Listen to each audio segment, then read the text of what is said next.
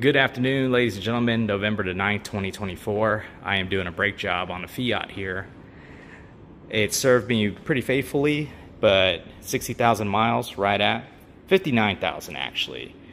I just got done changing out the spark plugs on it, but then I was going to make a video about the spark plug change out, but I just got to it and I wasn't able to do it. So now I am having to do the brakes. So as you can see, when you rotate the wheel, that does not sound very sexy at all. Yep, gotta change them out.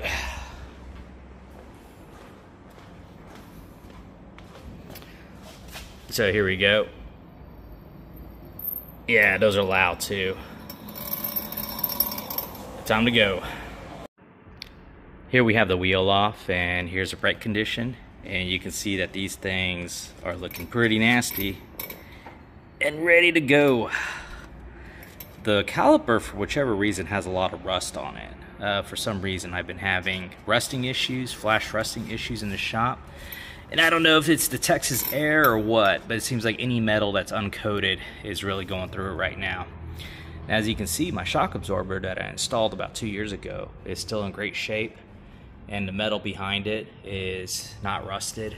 And everything looks very good. Just the caliper itself is not looking very good. Now, just another issue with these cars, since I'll touch on it, since I don't think we touch on the subject enough. If you do take the wheel off, you're going to be dealing with these chrome cap covers. These, for whichever reason, give people a lot of issues. As you can see, mine aren't in the best shape.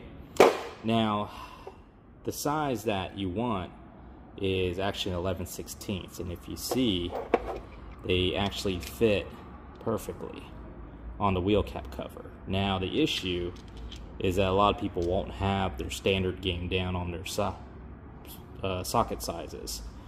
You can use approximately an 18, but there'll be just a little bit of give there. As you can see, it fits perfect, but not quite. So there's a little bit of give, and depending on if you're not careful, you're gonna have something end up looking like this. You can see this is a chrome cap that decided to overstay its welcome on my 17mm long socket, and I had to manually override the process. You want to be careful. What you do not want to do is you do not want to strip out the hub with this, or you're going to have a very long day. So just something you want to be careful about. Alright, so essentially, once you have the brake caliper exposed, it's just a matter of getting two bolts off. There's going to be one here, and there's going to be one down there. I'll go ahead and just show you. So there's going to be one on top, and there's going to be one on the bottom there. Now, the design hasn't really changed over the year models. I remember my 2001 Camaro had a very similar setup with the calipers, and this car's a 2015, 14 years later, still the same, right? So same technology. Now, the idea is that when I personally work on anything, my philosophy is I try not to I try to mess with as little as possible to fix the fundamental issue, and then I just get that entire thing back together, right? So you don't want to go disconnecting brake lines and hose lines and whatever, because once you see fluid, you basically need to bleed the system out, and you don't want to go through that issue. So anyway, two bolts, and then the idea is that this will swing out and down. Now, if it's hot, you shouldn't be hot, you should let the car sit before you work on it. But if like you say here, there's a lot of rust and there's just a lot of stuff going on with the brake caliper, then like a good mechanic, you're gonna have a bar. And the bar is essentially just a pry. So you're gonna get it in there and you're gonna pull it back like this. And then you can see where it's starting to disconnect right there, right? So there goes the rust, there goes all the goop. And you can kind of see that the calipers are not going back. The brake pads are not swinging back with the calipers. So yeah, they should. So essentially the calipers, or brake calipers, are stuck against the pad and you can see that they're rubbing while I'm driving. That's evidence with the wear pattern here in the brake disc here. So let's just go ahead and experiment with it a little bit more. Caliper's gonna come back. I haven't done this for a while, so forgetting some of the terminology here. Now, if you look in the back here, let me bring the light around. This is going to be the brake piston. Now, the way it works is that this piston will, when you apply the brake pad, when you apply the brake pedal, the hydraulic fluid in the brake master cylinder will go through the system and it will apply pressure on the brake piston, which pushes the caliper against the brake rotor. And that's how you get your stopping motion. But as you can see here, there's a lot of dirt, dust, stuff that's getting in between all the sensitive moving parts, which is what's causing the noise. So we're just going to pull the caliper back from the brake rotor and see if we can get away with just changing out the calipers and cleaning it up. Now, once you actually pull the caliper back, it's two parts. You'll see that it's just gonna kind of hang there. Obviously, you don't want the caliper to just hang by the brake line, so you're gonna want to secure it somehow. I know some guys will just zip tie it through here to like maybe up here, the top spring. Obviously, don't forget about it, but basically you just want to get the weight off of the brake line and not shear it while you're working. All right, so now that we have the caliper secured, I use a little carabiner up there. It's not the best, but you know, it's good enough to hold for now. You're gonna have the inner half of the brake caliper exposed. Sorry for the shadows here, but so here's the brake pads here. Here's the brake pads. I'll use my little bar to point them out, and here's a rotor.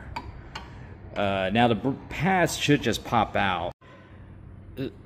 I went ahead and pulled the brake calipers out. I used my bar and I got in behind them and pried them out from the back, and then I pried them out from the front right here. And there's a rooster again. And yeah, they're pretty much non-existent. So here they are. This is the back, so this caliper was on the part of the rotor facing towards the car. And yeah, obviously they're supposed to be a lot fatter than that. They were just gone. And not only that, you can see that they're pretty badly abraded here on the surface. So you can say, so there was actually crap stuck between the rotor and the pad itself. Not a good situation. And then as you can see on the front here, this is the one with more meat. You can tell that this is the side that faced me, or essentially it would face the outside of the car. And you can tell that's pretty much gone too. And there's a lot of abrasion on the surface, a lot of etching into the brake pad material itself. You can tell that there's a lot going on here. Now, to give you an idea, there goes a rooster again. To give you an idea on how much it had been abraded and how much it's worn, if memory serves me correctly, when you put these rotors, the pads on against a rotor, the thickness of the pad should be about the thickness of these metal guides. And you can see that they're not. So that's how much material has been worn away. To say that these things are due for a change is a little bit of an understatement. Now I'm going to say that I probably need to go ahead and just replace the rotor while I'm at it as well, because what you do generally want to do is you want to test the thickness of this rotor, but I can already tell that this rotor's gone. So if this pad material had been allowed to go down, then it would have been metal on metal. Then the rotor would have basically started eating away, and then the caliper would have started eating away at itself, and then the car basically would have been trash after that. Too expensive to repair. So there's basically going to be 2 bolts here. There's one there, and there's one down there. And it looks like those are the only 2 bolts there. So once you undo those might be 15 millimeter, then the second part of the brake caliper is going to come away from the rotor. Alright, so here we go. Now we have the rest of the brake caliper dropped. You're going to want to use an assortment of tools for this. This is kind of where technique is going to come in. One of the things I recommend is you get one of these. I got them at Harbor Freight. They're really nice. 19 millimeter. You can tilt the rotor towards you, fit it on there nice and flush, angle it towards you, and really apply that torquing power. And it makes a big difference. Once you get a hand loose, then you can actually use an electric to finish taking them out the rest of the way. I don't rely on the electric ratchets to untorque them or torque them in, but once you actually break them loose manual, then it's nice to have an electric ratchet to help you with the travel. Otherwise, you'll get really strong wrists and forearms. All right, so now we got the brake rotor exposed. Now, I've never actually removed a rotor on one of these before. I'm thinking that these are what's holding it on, because it's going to be a combination of inward pressure holding the rotor on, and basically once you actually secure the wheel to the hub, that's actually going to hold the rotor on as well. I know for a fact you don't want to mess with this. This is your hub.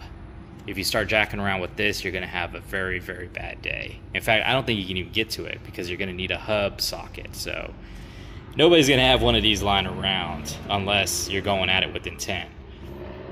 So I really think this is going to be it right here. So let's find out. 12 millimeter socket will pop them loose. Again, this is where it's good to have an electric assist.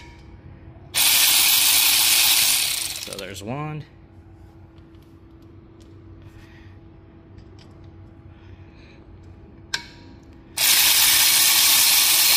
And there's 2.